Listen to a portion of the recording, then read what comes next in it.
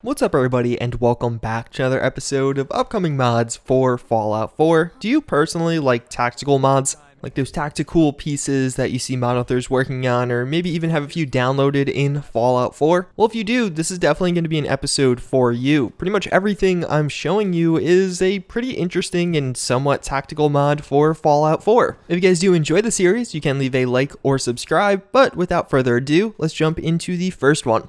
So first, we actually have some Humvees for Fallout 4. This is going to be a work in progress mod by the same mod author that was working on that Mad Max mod. This seems like it's going to be a separate download, and more or less what these are going to be are settlement objects that at a later point may turn into functioning vehicles in Fallout 4. He has mentioned with some of these various vehicle mods he's working on right now, as you place them down your settlement, they'll provide some bonuses, whether that be like happiness or defense. Either way, they look pretty freaking awesome. And I believe he has mentioned they may get the additional functionality of being traversable in the sense that you click on it, pick your destination, but you don't actually see the process of it moving. I'm not a huge fan of settlement mode. I typically shift towards sim settlements, but these vehicles look awesome and it definitely would act as an awesome prop right at the front door at your castle. So there's a little reminder posted by Fallout New California, a mod for Fallout New Vegas that's kind of bringing in a totally new story, kind of a prequel to Fallout New Vegas in the region of California. With all the hype around Fallout Miami and Fallout 4 New Vegas as of late, a lot of people have been seemingly confused. Again, Fallout New California is coming for Fallout New Vegas. It has a beta release date of October 23rd. This seems like it may have been kind of changed a little bit. Originally, the full release date was October 23rd, but then in August there was a scare because there was an alternate Fallout New California as like a board game for Fallout, and then they were like, oh, we're just going to try and get it released ASAP. I don't know. It seems like we will get to download this mod on October 23rd. That's actually a notable date because it's when the bombs dropped in the Fallout universe, but in addition, it should be a really nice time to play this. Fallout 76's beta is launching at some point in October. Considering Fallout 76 itself comes out on November 14th, I would speculate it's going to be in the earlier part of October, and the beta is only going to last a week, probably a little bit longer for Xbox users. There'll probably be a few weeks between the end of Fallout 76's beta and the beginning of Fallout 76 just actually getting released. So if you're looking for something to do in that time, I think Fallout New California is going to be a great option. Alternatively, Red Dead Redemption 2 comes out right around then, so I'm sure most of us will also be playing that.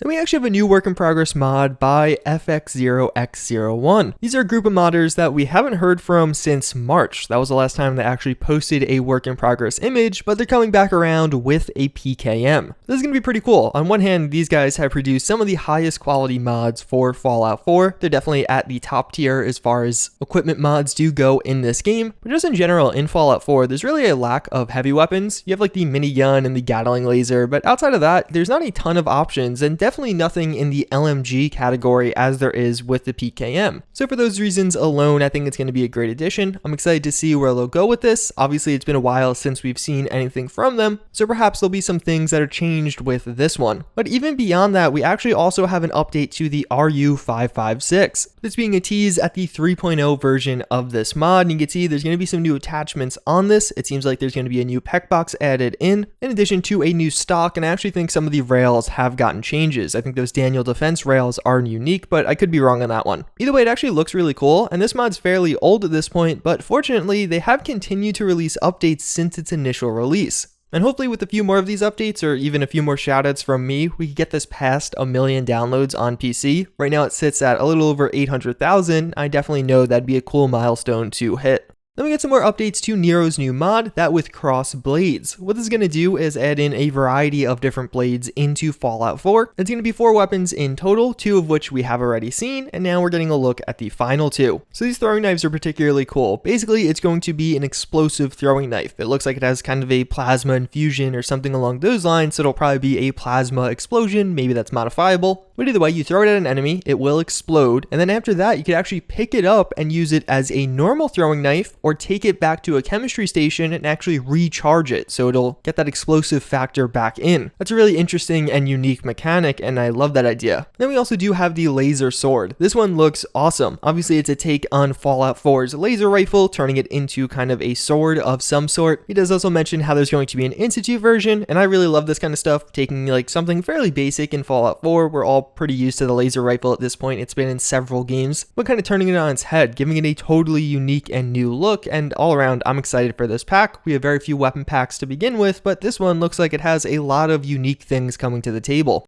So recently we took a look at the Fallout 4 New Vegas new trailer. I made a full video and actually included some comparisons of Fallout New Vegas versus Fallout 4 New Vegas. It'll be linked in the eye if you guys want to check that out. But either way, we also have a look at the Reflectron. We saw some of this in that trailer, but in addition, it may come to Fallout 4 as a usable weapon. Basically, kind of more of a gimmick than anything else. You could swing it around as a bat, and this will definitely probably be the top mod of the month if it came out. Either way, it definitely looks really good. But in addition, we actually have a bonus look at the SawnOff shotgun. It's something that we've also been seeing over the past weeks from Fallout 4 New Vegas, and more specifically Deadpool 2099. And he more or less just wanted to assure everyone it's still a work in progress. He's just had some other things going on. Then we have a look at the VHS-2. It's going to be a new rifle being implemented into Fallout 4 as a mod, and it looks really cool. We get a look at a lot of different attachments, the magazine, as well as just the rifle itself. It looks like it's going to be extremely high quality, and even beyond that, they actually mention in the post that although it'll have a lot of functionality as a normal rifle in Fallout 4, they're going to implement a few other things that make it stand out, make it a little bit more unique. So this one definitely shoots up the list of things I'm excited for, and in addition, they actually have some updates on the ODST mod. This is the same mod author. They basically mentioned that the ODST mod is going to have a tease coming soon, and they think we're going to really like what we see, and that's approaching completion with just a few more models and scripts to be completed. But as that's going on, he decided to work on the VHS-2 as a little bit of a side project.